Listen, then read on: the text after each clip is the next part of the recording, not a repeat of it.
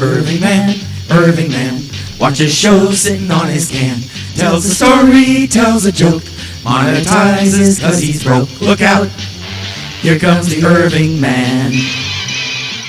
Someone has sent J. Jonah Jameson a gift. Kindly accept this small token of my esteem, signed Unknown Admirer. Now, at last, there's someone in this world who appreciates my work. You sure about that? I think if somebody gave me something that butt ugly, I'd assume they don't like me. Betty isn't listening. Something else caught her attention. Well, Miss Brandt, I must say you're certainly controlling your enthusiasm over this tribute to my genius. In the window, a horrible creature with bushy black hair and a painted face. I mean, a painted face and a big bulb through its nose. Sounds like Spiderman is up to more of his cute little tricks. That's right. He had his septum pierced and put a big bone in it just to scare Betty. Good grief, maybe Jonah's right. What's going on here? That night, Spiderman is out patrolling. My spider senses are starting to tingle. Jameson's office. Why, that old tightwad wouldn't leave the lights on. Something's going on. He wouldn't leave the light on, but he does frequently stay late working. He doesn't seem to have much to go home to. We know he has a grown son named John, but at least when I was reading the comics, we never heard anything about John's mother. The implication is that Jonah is widowed, but my theory is she got tired of flat-top haircuts and ran off with a rock star. J. Jonah Jameson, open your cash box and put the money into my head.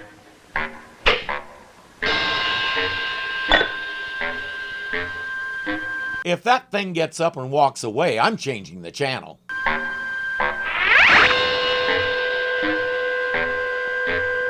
Now, what's old JJJ up to? Hey, Peter, I think your spider sense is broken, or else you need to pay closer attention to it. His spider sense is one of the more frustrating things about this show. There's no consistency to it. In the comics, it didn't take him long to figure out that tingling meant danger was nearby. He depended on it a lot and paid attention to it almost religiously. Much of the time, it not only told him danger was coming, but from what direction. Here, it told him Jonah was in trouble, but not that there's a boomerang headed toward his own head. Considering the show had not only Stan Lee, but also John Romita Sr., Spider-Man's artist at the time, as consultants, I can't help wondering what happened to get it so jumbled like this. And as if a fall like that is going to kill a guy who can shoot webs, this was just a minor setback. I'd better check on Jameson again. But this time I'll watch out for unidentified flying objects. Good idea. And when this is done, you might want to take your spider sense in for a tune-up. Danger. I can feel it.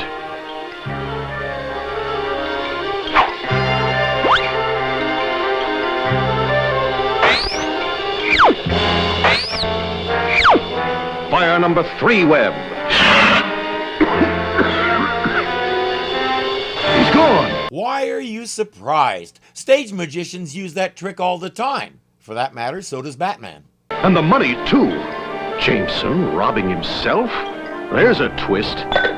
There's a plot in this, somewhere. It appears that our spear-throwing friend was there to collect the money.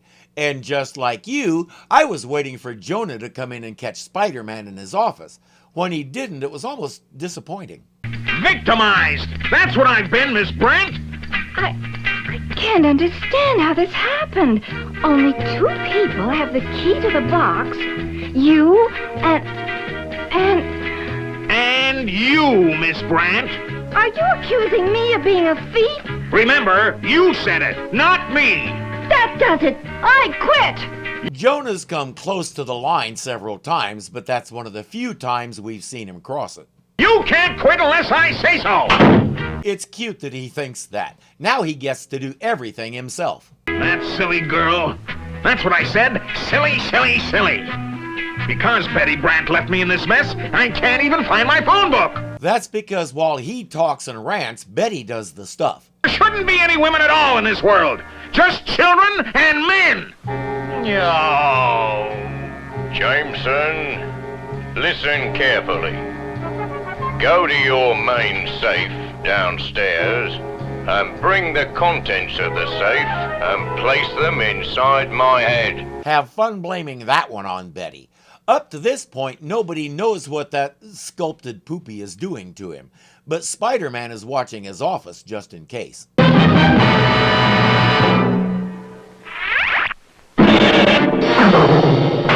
I knew you'd get a kick out of that. Strike one. His webs seem unusually slow today. Maybe he mixed this latest batch of fluid a little too thick. My single shots aren't clicking. Let's see how a scatter shot works.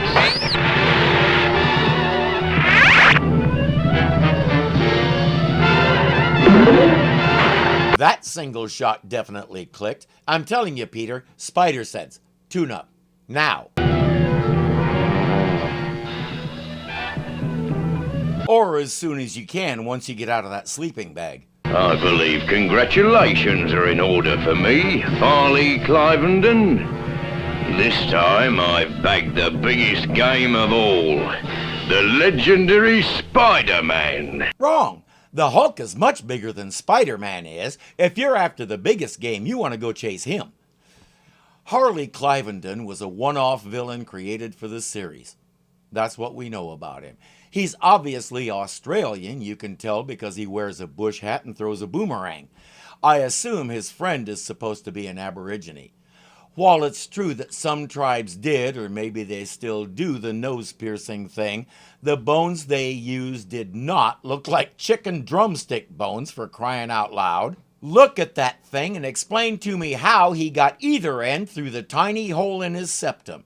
This is just lazy and probably a little bit racist. And like every other villain who's captured Spider-Man, it won't occur to him to unmask him. Now, Jameson, put all the money into my head. Jameson, forget what has just taken place. Go home. I have a feeling a lot of us are thinking the same thing right now. Why Jameson? Because Clive got an apartment across the street nice and cheap? Why wouldn't he do this to a banker or some other high financier? You'd think those guys would have a lot more cash available to steal. But we've discussed things like this a little bit in some of the comments on previous episodes. My feeling is we had a limited budget for voice actors, so we made the most of the people we had. We brought someone in to do Clive's voice, but he was uncredited. I don't know if that affects how much he was paid or not. But you may have noticed we rarely have more than one or two guest voices. So Jolly Jonah Jameson gets to play stand-in for most anybody the bad guys want to rob or hassle. Just what do you have in mind for getting rid of me? Don't worry, Spider-Man. It won't be a weapon they can trace to me. I assure you, your demise will look like an accident. Now that takes a load off my mind. Spider-Man hasn't tried to get out of that bag so far because he can see it's made of paper, and everybody knows you can't punch your way out of a paper bag. All that remains is to push the down button. If it's all the same to you, I'd rather start at the bottom and work my way up. Farewell, Spider-Man. He plans to squash him under the elevator as if Spider-Man got in there, couldn't get out, and got crushed. Yeah, that's believable.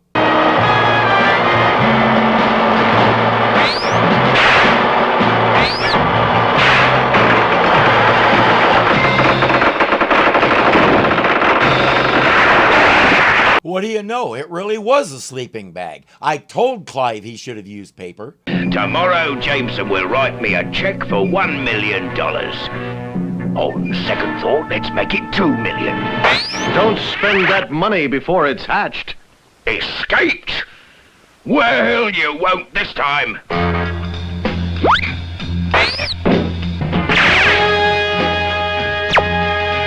He finally saw that thing coming. But why was it coming? Why didn't he pin Clive's arms?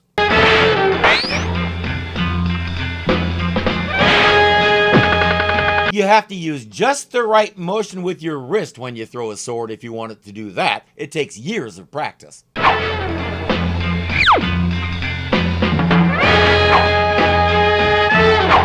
Hold on. He went like this and came up with that. So he keeps it on the floor?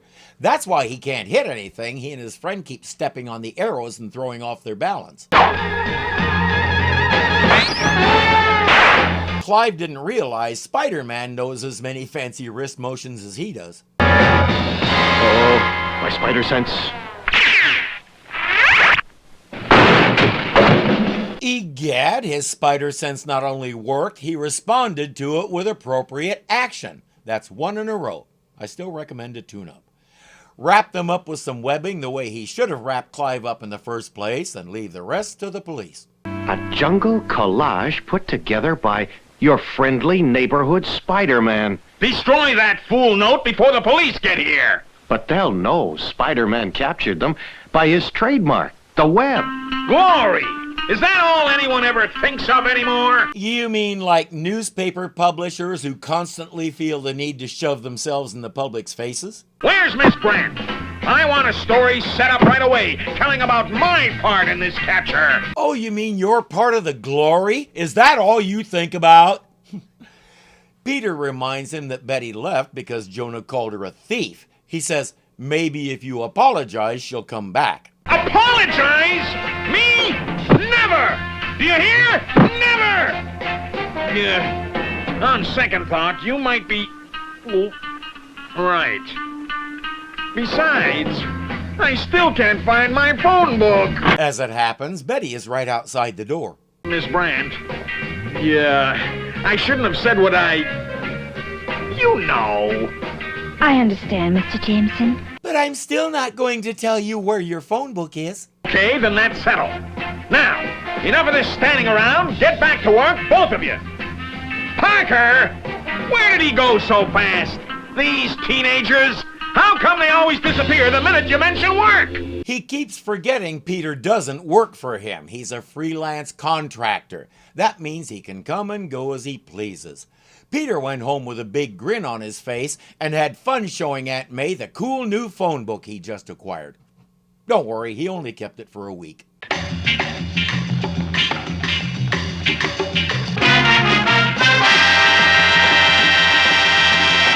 He wouldn't leave the light on, but he does... He depended... Why are you surprised? Why are you surprised? Stage musicians. Betty left because Jonah called her a... Well, hey, sweetie. You gonna come lay down? Yeah, but not here. Okay.